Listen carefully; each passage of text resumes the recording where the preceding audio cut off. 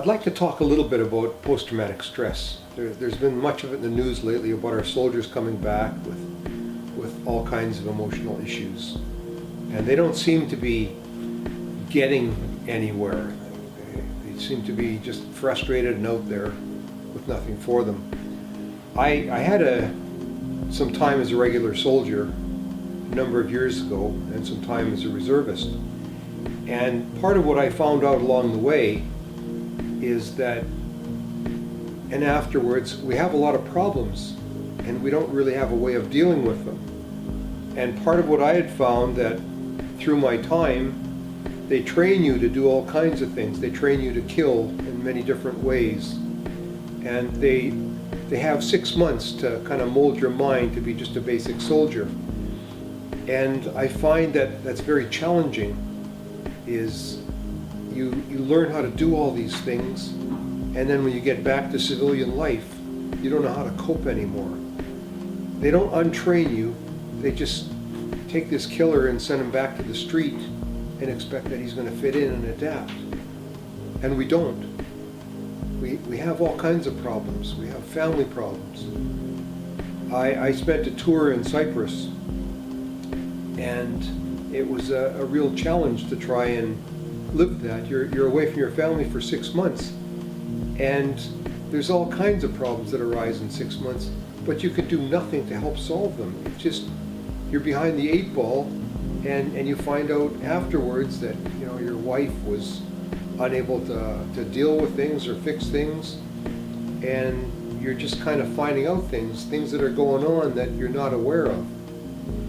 And it leaves kind of a void in you that you have this family, but you can do nothing to help them because you're away doing this soldier thing. I found that being a soldier, they give you a lot of training.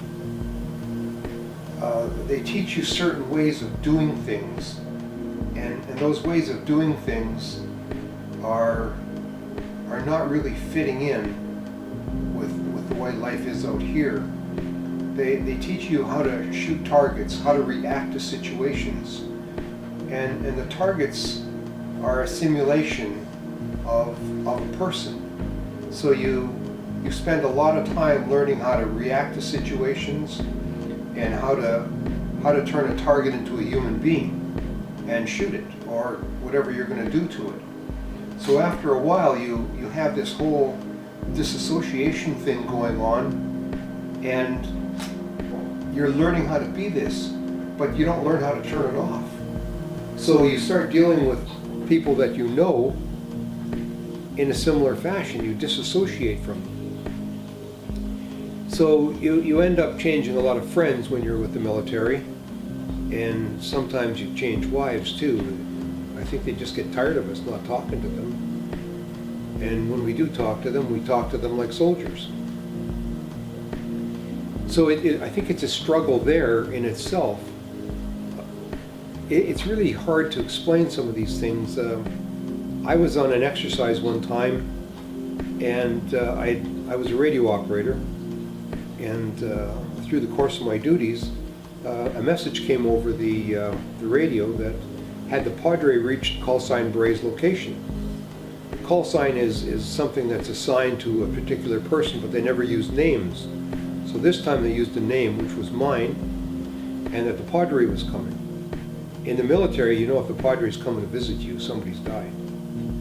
So it took a few hours before the Padre was able to find out where I was and get there. By that time I was a wreck, and they had taken me off the radio because they knew the Padre was coming, so we better isolate this guy. So you sit there like a bump on a log waiting for something to happen, and the Padre shows up and he tells me my son had died a crib death yesterday in the afternoon. And here it is noon the next day, and I'm just finding out. So they give me some tranquilizers and ship me off to Calgary. And I sit in the barracks there for a little better than a day, overnight. And really, I don't know what to do with myself. I'm alone. I got no real way of getting in touch with my wife. And so I just sit there. I just sit there and veg for the next day. on these tranquilizers. Didn't bother eating or anything. Didn't care about anything. And then I get back to Winnipeg, and my in-laws latch on to me, and we go there, and there's no end to booze. And my father-in-law just keeps pouring me drinks.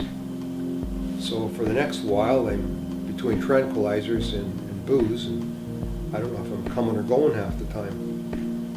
And I missed my son's funeral. I was just so out of it that they kind of left me at the house.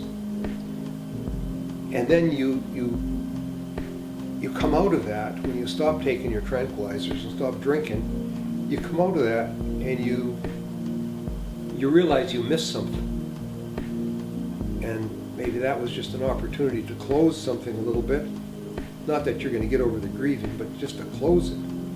So you do nothing. You just learn to live with that. You just tuck that away and just live with it for the next 30 or 40 years. That you kind of screwed up big time, and you never really got to see your son off. It was just I don't know. Maybe in my mind that's a little like post-traumatic stress. So I left the soldiering idea behind and became a policeman. So here's another job that they teach you how to be a policeman. They teach you all this stuff, how to react to targets, how to deal with issues like that, how to do your job, but nowhere do they teach you how to cope. Like being a soldier, there's no coping with stuff. Stuff happens to you and you just react to it. That's all it ever is reaction. You can't really tell anybody about this because they tell you got to keep this stuff quiet, and then who wants to go ahead and tell their wife that they just spent a ton of time, with some gruesome sights, whether it's bodies or badly wounded victims or dead people, and it just really starts to take a toll, and who do you tell? You can't really tell your buddies that you're having all this messed up ideas in your head, because they'll think you're a goof, because you're supposed to be this tough cop. You're supposed to be like the soldier, the tough guy, that this doesn't bother you and you can handle it. And you just start putting all this stuff away. You just tuck it down. And that's all it is again another reactive job where you just react to situations and just deal with the garbage that's in your head as best you can. I had a guy come at me with a butcher knife one time, and it almost seemed like a sword. It was that long. And he's coming at me, and I got my gun out, and I draw down on him, and I can see him in my sights, and suddenly it turned into a man target. And I could see the hammer coming back on my revolver, and it was just starting to come back. And I just saw a target. I'd lost sight of the guy. I didn't see a person anymore. It would have been so easy to finish it off, like just pull the trigger. I heard a siren off in the distance, I thought, but it was maybe right behind me by 6 feet, and where another police car pulled up. I lost the world. I was just right out of it. And I don't think I was any different than anybody else, but it's such a disassociation that you learn that people aren't people anymore, they're targets. So it was a similar situation. I had left the Army. I just started drinking when my son died, and I guess I started again when I was a policeman. And I'd never been much of a drinker all my life, and then it just seemed like the thing to do. It gives you some peace. It just quiets your brain down and gives you peace, and you feel good initially. And then I think when we stop using, whether it's meds or street drugs or booze or whatever it is, you stop using, the pain starts. And now you've got a lot more pain to deal with. And I think it starts eating you. I went to counseling, and I first get to counseling, and the counselor says, "Oh, you're an alcoholic." How could I be an alcoholic? I haven't drank hard for years. So I always thought that, if you stop drinking, you couldn't be an alcoholic, because alcoholics don't stop. And I guess she said, no, you're an alcoholic. I didn't believe that. So I went to counseling for quite a few years. And then I ended up joining AA. And through AA, I learned some of the things that I was doing, might have been right off the wall. And but after I'd been doing that for a couple of years, I thought, I need more than this. I'm white knuckling it, and I want to get better. I don't want to be like this forever. If you're an alcoholic, insurance companies don't want nothing to do with you because now you have mental problems, and people look at you funny and say, "Oh, it's almost like you're a pervert." Oh, we have to keep our kids away from him because he's a drunk. And most people have a stereotype of a drunk as some dirty old man that wears a trench coat and has a brown bag in his pocket. So it just seemed like I needed more than that.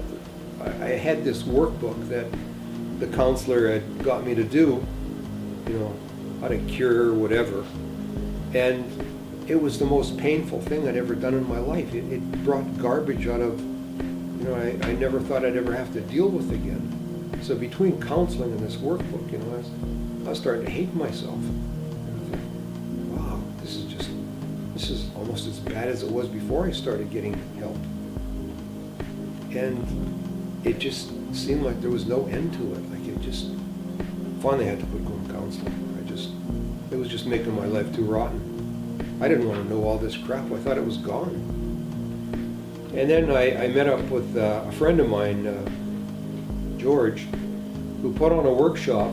And through this workshop, I learned that I can deal with some of these issues. Like my road rage. I certainly have road rage. And, so I had anger problems, I had depression problems.